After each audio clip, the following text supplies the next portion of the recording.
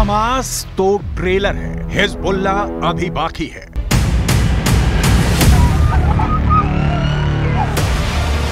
जंग हमास ने शुरू की है, खत्म हम करेंगे।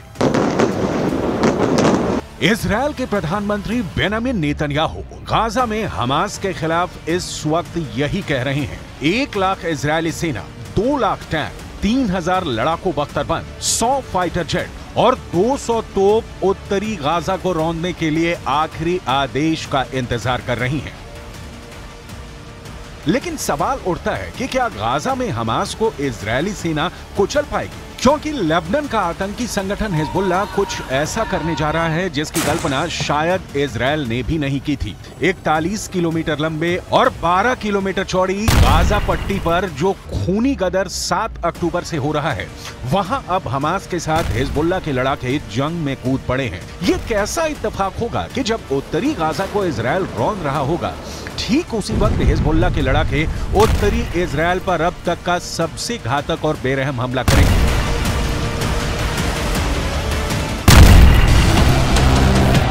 लेबनान में बैठा हिजबुल्लाह का चीफ हसन नसरल्लाह ने इजरायल, अमेरिका और पश्चिमी देशों को चेतावनी दे दी है कि गाजा को यूक्रेन मत समझ लेना। हम इजरायल को जमीन पर जंग नहीं जीतने देंगे। हम आपको आगे बताएंगे कि कैसे हमास के साथ मिलकर अब हिजबुल्लाह इजरायल को गाजा में जंग हराने का प्लान बना रहा है।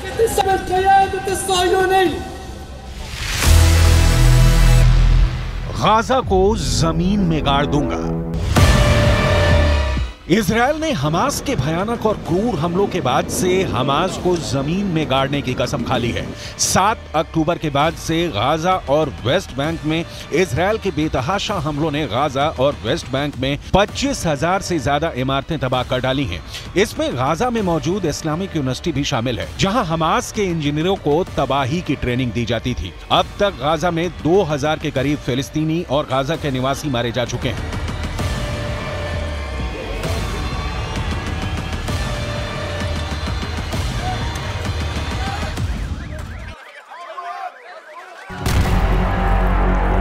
इजरायल डिफेंस फोर्स यानी आईडीएफ ने दावा किया है कि उसने हमास के 4000 से ज्यादा से अड्डों को पूरी तरह से तबाह और बर्बाद कर दिया है। हालात ये है कि गाजा में मौजूद फिलिस्तीनी समझ नहीं पा रहे हैं कि वो हमास का आदेश माने या फिर इजरायल के प्रचंड हमलों का सामना करें।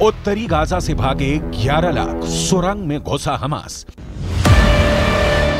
इजरायल की भयंकर बमबारी की वजह से गाजा से 5 लाख से ज्यादा फिलिस्तीनी भाग चुके हैं। वहीं दूसरी तरफ इजरायल के प्रधानमंत्री बेंजामिन नेतन्याहू जैसे ही उत्तरी गाजा खाली करने का आदेश दिया, उसके बाद उत्तरी गाजा से 11 लाख गाजा निवासी बुरी तरह से दहशत में हैं। हालात ये हो गए हैं कि कोई गधों और खच्चरों वाली गाड़ी से भाग रहा है, कोई ट्रक, बस और कारों से भाग रहा है। उत्तरी गाजा के लोगों को इतना वक्त भी नहीं मिला कि वो अपने घरों में रखा कीमती सामान साथ ले जा सके। 2 जोड़ी कपड़ों के साथ उत्तरी गाजा की 11 लाख आबादी मौत के डर से भाग रही है। 24 घंटे पहले से ही उत्तरी गाजा तेजी से खाली हो रहा है। כבר כמה ימים תוקפים בעזה קשה מאוד כל מקום שאנחנו יודעים שיש פעילי חמאס, מנהיגי חמאס, גם אם יש מגבלות תוקפים. צה"ל עובד נכון, הוא עושה את הדברים מדויק, אבל מאוד מאוד חזק. यूएन ने साफ चेतावनी दी है कि इजरायल का आदेश उत्तरी गाजा में मौत का सैलाब ला रहा है। आप इसी से अंदाजा लगाइए, उत्तर से दक्षिण गाजा की तरफ भाग रहे फिलिस्तीनियों के पास सिर्फ एक हाईवे है, जिस पर हजारों वाहनों में लाखों फिलिस्तीनी भागने को मजबूर हो गए हैं। हमास के लड़ाके उन्हें लाख रोकने की कोशिश कर रहे हैं, लेकिन इजरायली सेना के हमलों का ऐसा खौफ है कि गाजा के लोग हमास के कमांडर और लड़ाकों का आदेश नहीं मान रहे हैं।